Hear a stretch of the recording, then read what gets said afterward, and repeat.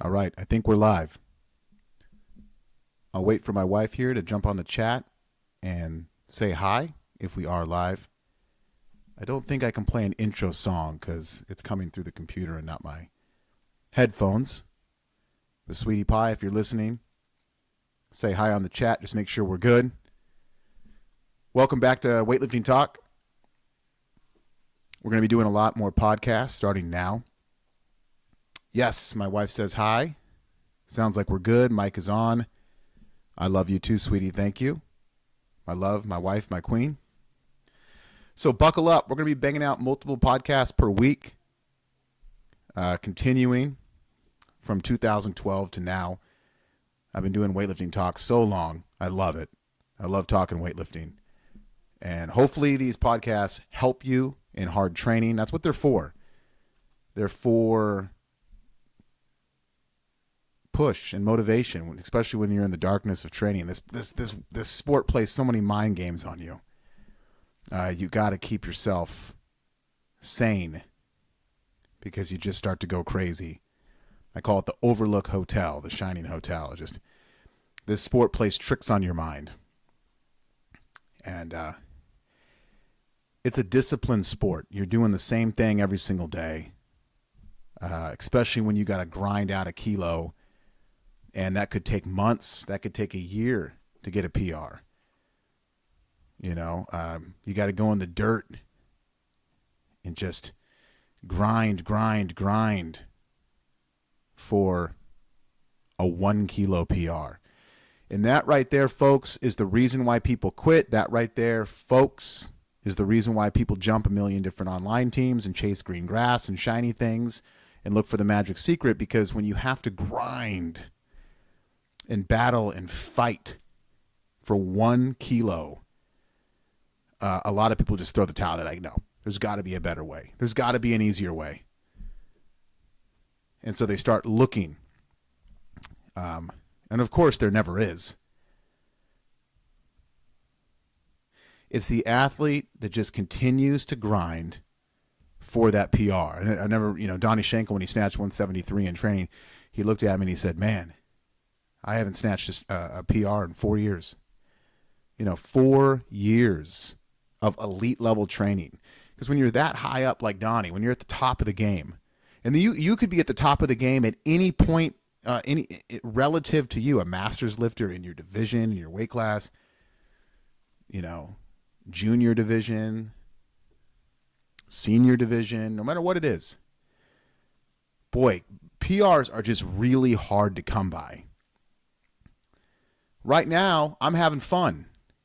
I'm hitting comeback PRs left and right. Went 122 snatch recline PR, 143.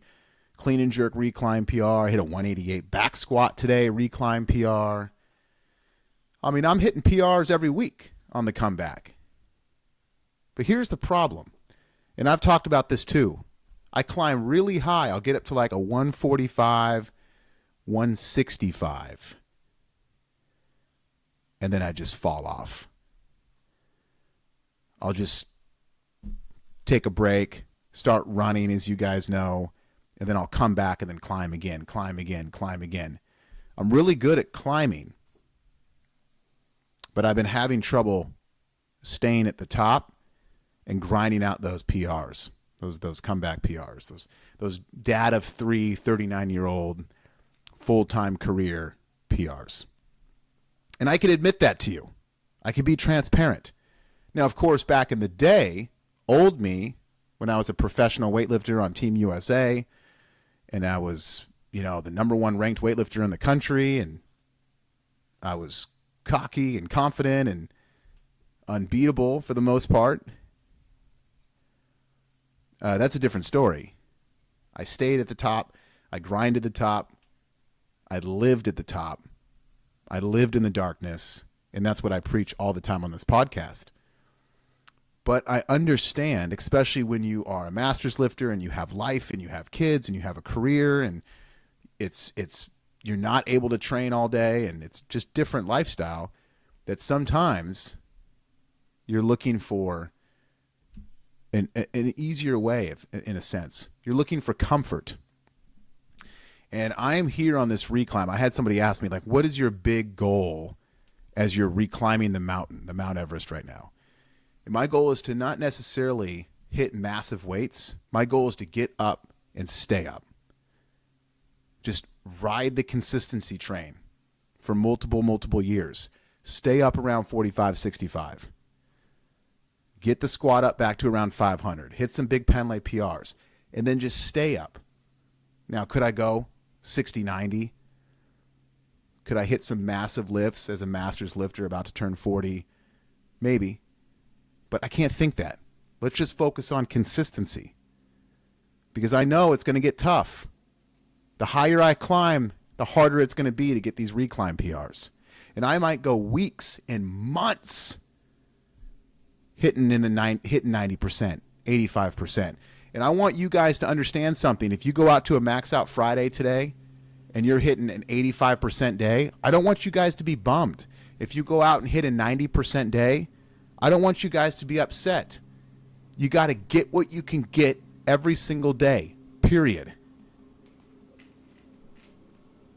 Really? The leaf blower guy is outside of my window right now, and it's throwing me off. Hopefully you guys can't hear it. Let me refocus. You just got to get what you can get. Give it your best effort and move on. Look, the sweat, the blood, the tears, they will all accumulate into the sweat bank. And they will cash out in the future. But you just have to give it time. And that is my number one goal on this climb, is to re-show myself and to re-show you guys how to stay consistent for the long run, no matter what the weight is. And that's what we're going to do. So the real test for me is once I snatch 145K, once I clean and jerk 165K at 94 kilo body weight, I think I can do that sometime next year, which I'll be 40 years old. That will be a big achievement, but it will not be the biggest achievement. The biggest achievement is what I do 3, 4, 5, 6 a year after that. Even if I went in and just went 140, 160 and I was 5K under, but I just did that constantly every single week. That's the goal. I was training today, and the main topic of this podcast is the title of the show, I Can Train All Day. And what I mean by that is this. I trained probably for 3 hours today. I've been training basically almost every day for the past, 2 weeks, 2.5 weeks. You know, I'm getting into zombie phase 2, maybe zombie phase 3. I'm feeling great. I don't really feel anything anymore. And I'm just training for 3 straight hours. I get done with the full workout. I do it again. I max out basically twice. I was on Zoom with Kramer. He knows. I'm squatting again. I'm just going nuts. And I finally had to go. Right? I have to coach. I have a family. I have things to do. I got to get back for Zoom coaching, all these things. The kids are coming home from school. Like, I can't just stay in a gym all day. And I just thought to myself, man, I'm 39 years old. I could do this all day. If I had the opportunity, I would just train all day. Because that's exactly what I used to do back in the day. And if I feel this way right now at 39 years old, let me tell you something. That's why I was so dangerous when I was 23 years old. The 23-year-old John North never, ever, ever, ever got tired. I trained all day. Give me a carton of smokes, a bunch of energy drinks, and some black coffees.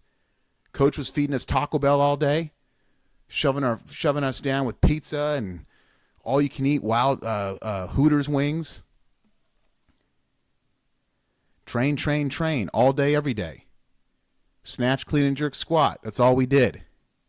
See, people like to overcomplicate it. I looked at myself today and I said, this was a really good session. I'm really happy with this session. I'm making very good progress in the sport. But I could easily be in this gym for another 5 hours. Even at 39 years old, so don't put limits on you. That's my point. You know, I mean, if you're a senior lifter listening, train all day. The more you train, the better you get, period.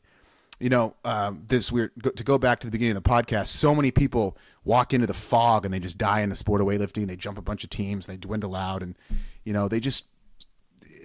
they become mentally ill in weightlifting. I see it all the time. They go out to these meets.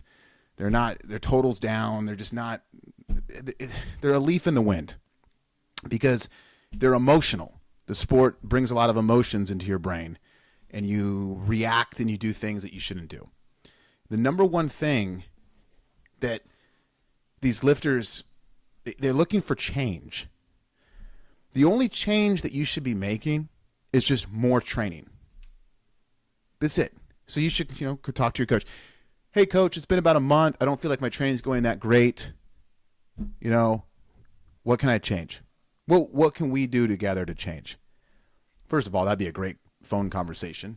Most athletes just don't pick up the phone or sit down with their coach and express themselves truly. That's a huge part of success, and a big factor of my success back in the day with the relationship I had with my coaches was very intimate, constantly talking. The answer is just, okay, well, let's get another squat session in per day. Let's do double days. Let's do some drop sets. Whatever the program says, get some drop sets at 70%. Let's add this. Let's add some pulls. Let's add some rack jerks. The answer is always more. Do you understand me? The answer is never less. It's fascinating. It's like I don't need to cherry coat nothing anymore. I'm set. I'm blessed. I don't do this podcast to promote anything. I don't have sponsorships to shout out. I'm not looking for views. I'm not even plugging my online team. I'm not plugging seminars like I used to do in the day. There's no marketing with Weightlifting Talk anymore. It's just not saying that I never was truthful in the past, but I just don't care. I can say whatever I want right now because it's just fascinating how many weak people there are. I go to the gym, everyone's on the phone. I go to the gym, everyone's got a gallon of water next to them. These water bottles. What do you need water for when you're not training? I've never drank any water in my life in training. Never once in my life have I ever looked at Glenn in training and said, hey, coach, can we take a water break? Hey, John, where are you going? Oh, I'm going to go drink some water because I'm parched.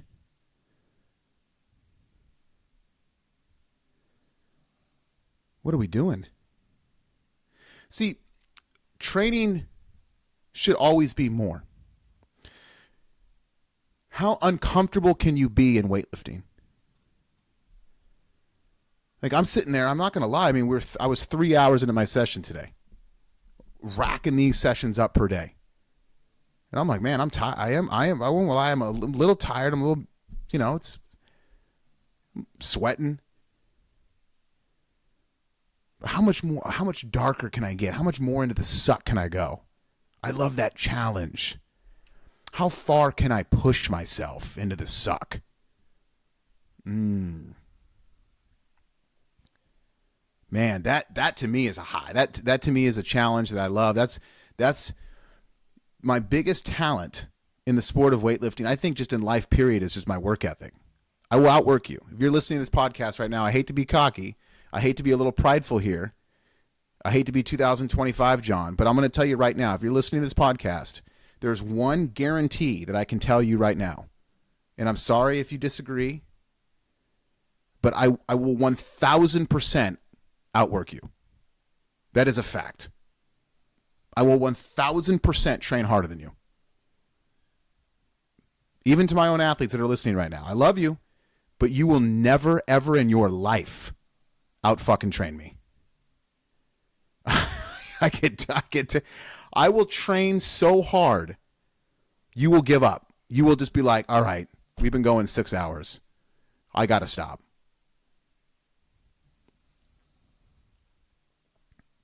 I'm done. And then you'll come up with your excuses, right? Because you put limits on yourself. You'll come up with your, I mean, John, I'm 43 years old. My shoulder, and I didn't get a lot of sleep last night, and I got to wake up early, and I got a PT appointment, and I got a meet in 3 weeks. I'm on a 48,000 week cycle. It's a 19 year taper. In the year 2070, my coach said I'm going to peak.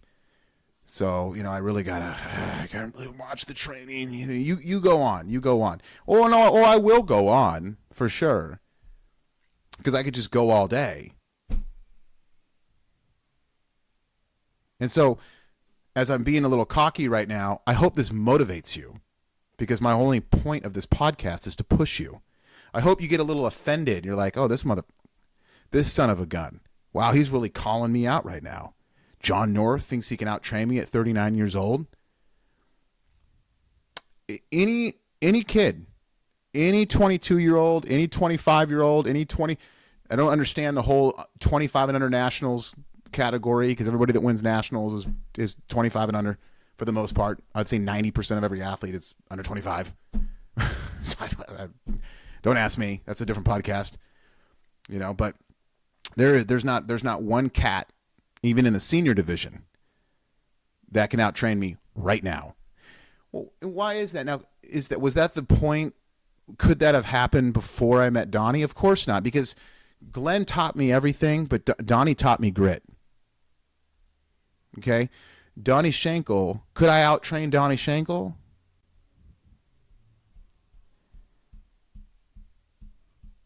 Probably not. Because I never could.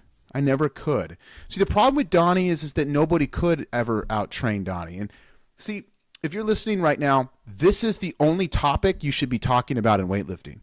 Not technique, even though I do love technique. Not this, not that. Who's training the hardest? But see, that's gone to die because we're so focused on our phone and TikTok and videos and, who's doing what and the new gimmick and this program and AI this and fancy dancy this. And back in the day, the only thing we cared about was who was training.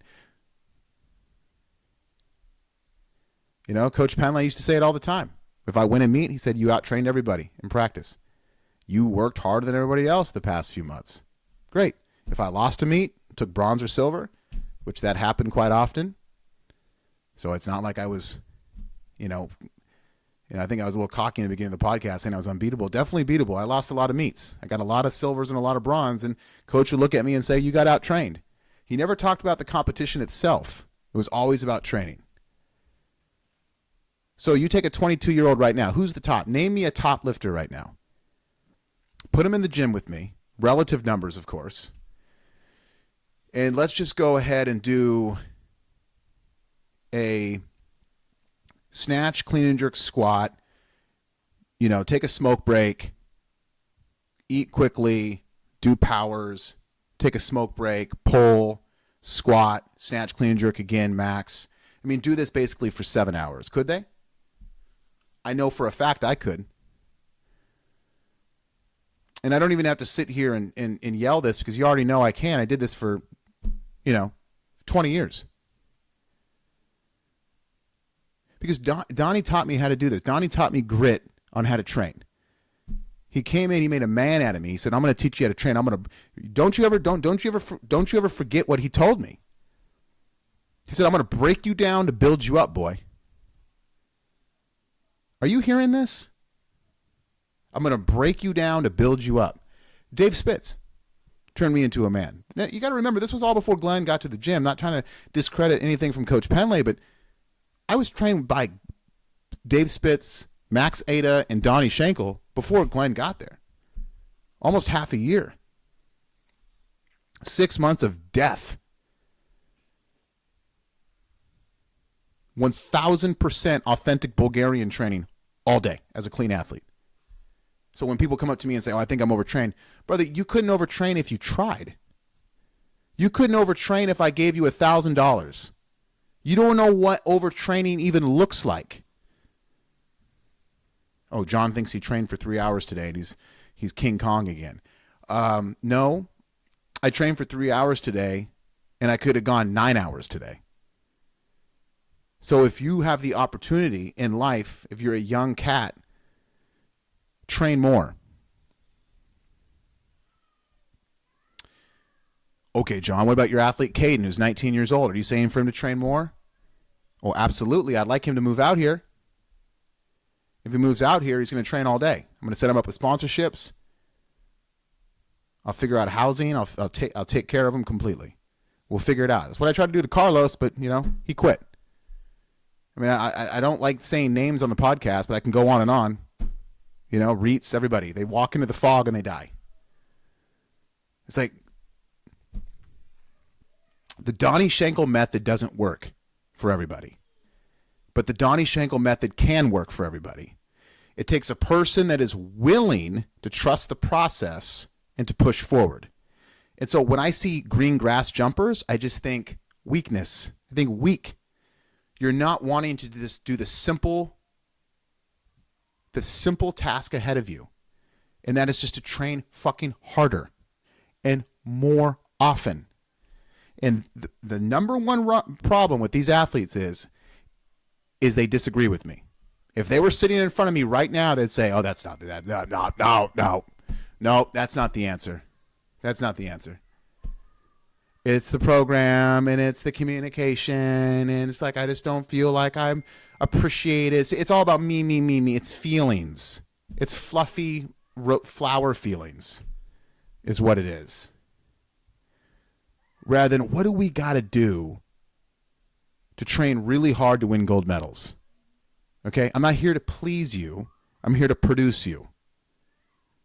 And that's the problem we have. And I hope you listening right now just get pumped up from this podcast and be like, man, North is a little fiery tonight, but guess what? I can probably train another 30 minutes more than I'm doing. I can probably raise my percentages up a little more. I can probably hit an extra squat workout. I need to turn off all the noise and just focus on what my coach is saying. And that's what's good about the Penley method. If the Penley method goes for any program out there. If you're on a program and you love it and you love your coach, you're good, but you feel like maybe it's not enough, or like, gosh, geez, John's talking about 3, 4, 5 hours, 6 hours a day in the gym. Like, the program's not going to offer that. The Penley method is the program just plus more. So in my opinion, if you have an open-minded coach, he or she is going to say okay to the Penley method. Do my program. And if you feel like you can do more, do more. Just make sure you're eating and sleeping. See, in an ideal world, that's it. Oh, no. Yep. I agree with the Penley method. Yeah, do the program. If you want to get an extra squat session in, you want to do some extra pulls, some rack jerks, even some bodybuilding work, whatever it is, that's fine. Just make sure you're up in the calories and maybe you're getting an extra hour of sleep per night. That's perfect. So instead of looking for the answer is right in front of you. Just train harder and train longer and train more often. See, I'm very confident about this because I lived it and I'm living proof that it works. And see, I wouldn't do this podcast if I was a bookie. If I was a bookie, I'd probably be saying the exact opposite because science probably disagrees with me. I'd say, well, you're overtraining and, you really, what you want to do is, no. I'm just telling you what I've done and what I've seen. Look, when you've trained with Donnie Schenkel for as long as I did, when you trained with Max Ada and Martin Pashoff and Nikolai, all these guys, and you've seen this training that no one talks about, you just want to yell at. I'm sorry, he really wants to see you. Hi, buddy. Come here. It's Levi. Come here. You want to say hi on the podcast? You say hi. Give him a roar. What's a dinosaur do? Yes. Slam bars. Say, let's go, baby. Give Tim Walker a shout out. Say, let's go, baby. See. Am I coming out good? The mic? Great. Thanks, baby. Oh, he's coming with you, Mama. So all you want to do is just yell it on top of a hill. It's because it's worked. Why would I not promote something that worked? See, that's what I don't understand. I mean, what is it, a hypothesis? You have to have an hypothesis and then an answer to the hypothesis. And if you have an answer to the hypothesis and it's victorious, highly victorious, well, don't you want to preach it to everybody? Don't you want to tell the world, oh my gosh, guys, I did this for like a decade and I just won every meet there is and went to the games, went to the championships. Team USA broke records, won national. Oh my gosh, won American Open, Arnold multiple times. Like, wouldn't you want to tell people about it? So it's just basically based on experience. And not only that's only for you, John. No, I saw everybody. Everybody. Caleb Ward, Donnie Schenkel, Spencer Mormon, everyone in the system, all the muscle driver athletes in that Cal Strength Penley system produce the best weightlifters in the country, and that method has gone to die. Now you could say, oh, okay, but we're doing so good as a country.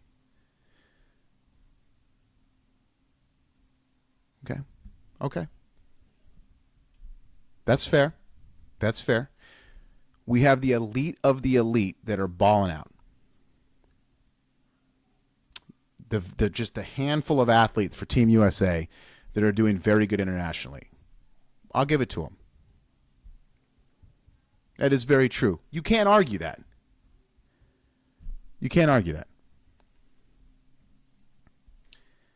I will say this, though. There's a lot of our Team USA athletes that could be doing a lot better. I won't mention some performances. They could be doing a lot better. Way better. My other point, 98% of all the weightlifters in the United States, I go to all the national meets, I see. What are we doing? I've talked about this a lot. Numbers should be way higher. I mean, smoke.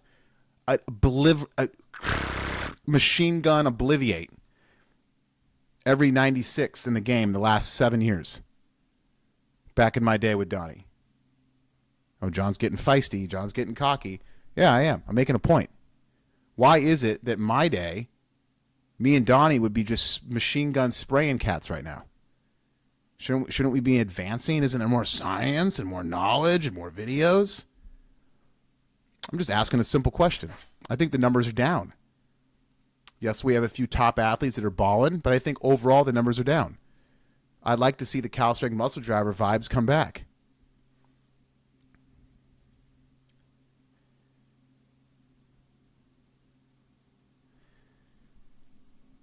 So my point is that train hard, stay consistent, and, hold me accountable. Because when I get up to the 45, 65, I want you guys to make sure I'm attacking every single week. Stop getting down on yourself. Stop being negative. My biggest pet peeve are the negative posts in this sport. You go out and you do pretty darn good. You're international. You're winning national. Oh, average meet. Could have done better. All you're doing is fishing for compliments. That's all you're doing. I hate fishers of compliments. Oh, you did good. Don't be so down. Look at how far. Look what you've done. It's just like, oh my gosh, man. This is what I did. What a great time. Thanks to my coaches. Love my coach, love my team. What a great training it's been leading up to this meet. Excited for the next one. Can't we just keep it real and show love to people? Can't you show love to the people that got you there? In weightlifting, it's so me. I. You know what I mean? I've coached athletes that have gone to the very top, especially in the Masters division. I've coached athletes like from day one for 3.5 years. Oh, gosh, I want to name names so bad. They go out and they win worlds. They go out, they win Pan Ams. They go out and win nationals, gold medals, break records, ball out. And and again, you're going to think that this is about me. Wow, geez, John's sensitive. He's not caring about the athlete. He's caring about himself in an Instagram post. You could throw rocks and you could say that. It's not the truth. But when I mention at the very bottom of the post of oh, and thanks to Coach John for supporting me, after 3 paragraphs of just I, call it what you want to call it. I think it's bullshit. I think it's disrespectful, and all those athletes just end up, leaving me and jump 5 teams, and who knows where they are these days. I don't know. It's because there's no unity. There's no pride of team. There's no ride or die. There's no mafia anymore. Every single meet I did, I put medals around my coach's neck. All glory to my coach, Coach Penley, Coach Spitz, Coach Jackie Maw, Coach this, Coach Mash, Coach Penlay, my team, my teammates. Thank you to my wife, my training partners. It was like constantly, as cocky as I was, as crazy as I was about back then, I gave everything back to my team. And you just don't see that anymore. I constantly. And this is why you see the grass jumpers. I want something better. I want something that's more personal. I want something that's going to fit me perfectly. I want the magic secret. I want to be loved more. I want to be, I want someone to care about me. Rather than, well, let me get together on a team that's going to like just drive me to the top. It's just crazy. I see it. It's just crazy, man. There's no more team. It's just all individual stuff. Whatever fits the person rather than uniting as a team for success. That's where we are today. And that's what I see all the time. I can't stand it. I do good in meet. First thing I mentioned, the first line of the freaking post is thank you to Coach Penlay. I couldn't imagine like at the very end, oh, and thanks to my Coach Penlay for supporting me, quote unquote. It's just crazy.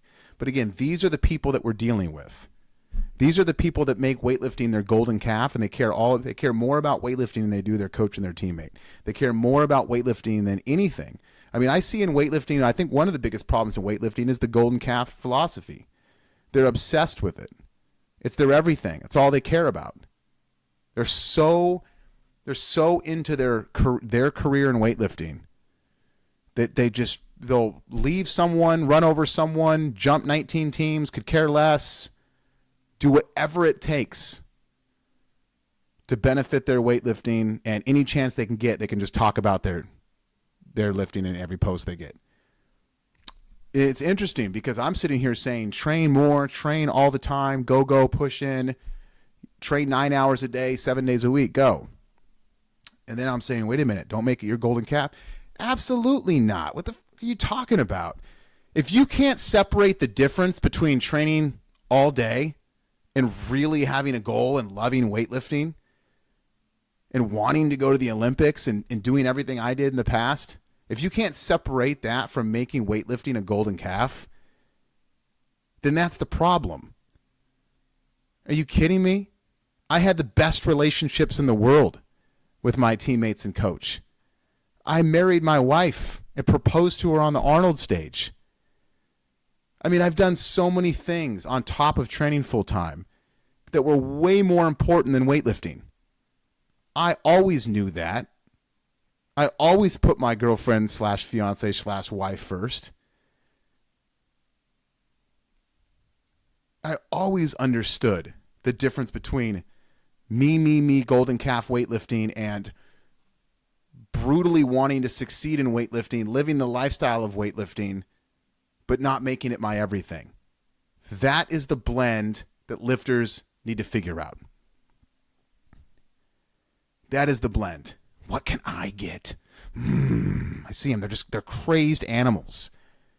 They're crazed animals, especially these masters lifters. Like, jeez, brother, sister, just calm down.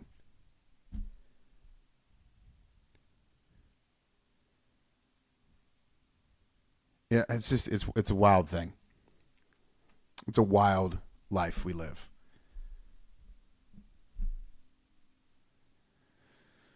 So that's basically my rant for the first Weightlifting Talk podcast back. Just focus on training as hard as you can. Period.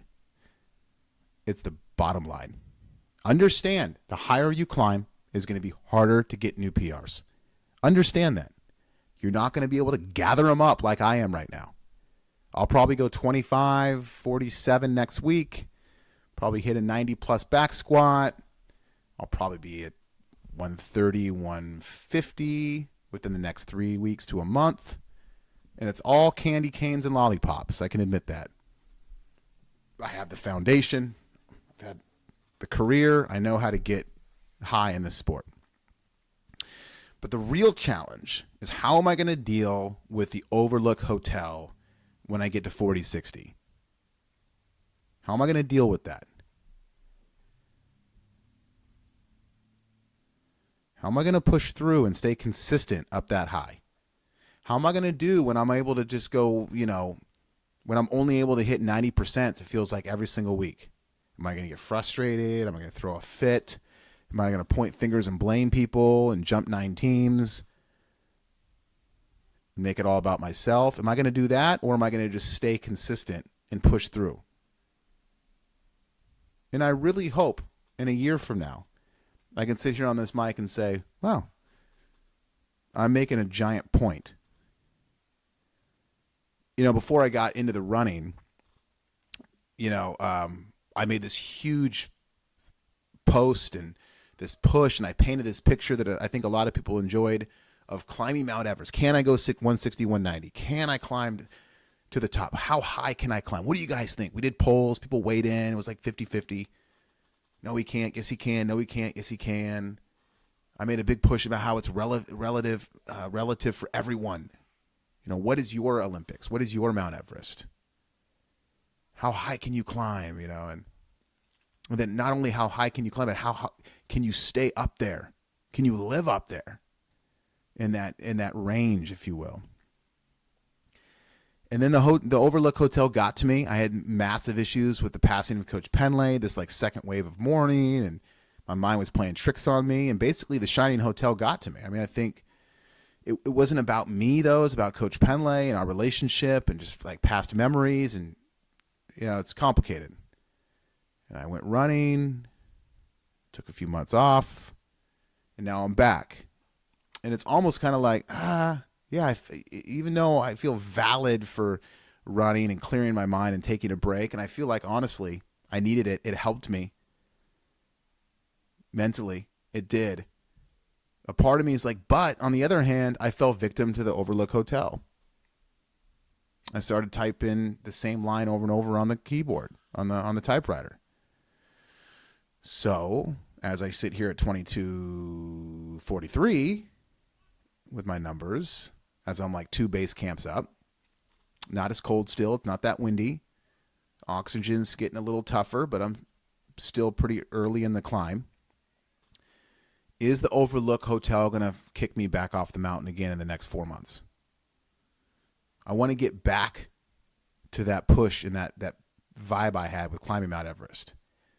And I want to do that with you. So let's climb. And let's hold each other accountable, and let's not let the Overlook Hotel completely mess with us and get us off track. Okay? Keep your mind sharp, guys. This is a freaking weird sport, man. Like I said, you're doing the same thing over and over. Plays tricks on you. You get pissed off about kilos that you're hitting, which, by the way, at once were PRs and you loved hitting them, but now you're... The last thing I'm going to say, because now I'm just kind of repeating myself. The last thing, okay? You don't deserve anything. You don't deserve PRs. You don't deserve 90%. You don't deserve any numbers. You don't deserve anything in the sport. The minute you realize you don't deserve anything, you'll be happy with what you can get per day. If you want to sum up this entire podcast, that's the point. Too many people out there think they deserve a national title, an American Open title, an American snatch record. I deserve to be on Team USA. I deserve to win Masters Worlds. You don't deserve nothing, man. You got to wake up every single day, a brand new day, and go get it. And whatever you can get with the effort you put in, take it and put it in the sweat bank. Be happy about it. Look at the glass half full. Make positive posts. Put your coach and your team first. I tell you, it's so funny. If you put your coach and your team first, watch your numbers. Watch your personal career. Take the eye out of your training and watch what happens. That's what I should have said in the very beginning. I'll see you guys.